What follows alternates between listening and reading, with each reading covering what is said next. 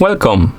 In front of me I have Realme Watch 3 and I'm gonna show you how to change the vibration intensity on this watch. First we need to wake up the screen on our watch. You can do it by pressing the side button. After you wake up the screen, you can swipe down from the top of the screen to open the quick panel, and then you can tap on the settings icon to open the settings.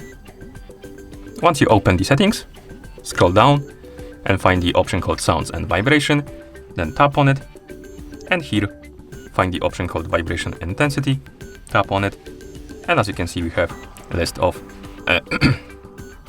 basically intensity levels. We have strong, moderate and weak.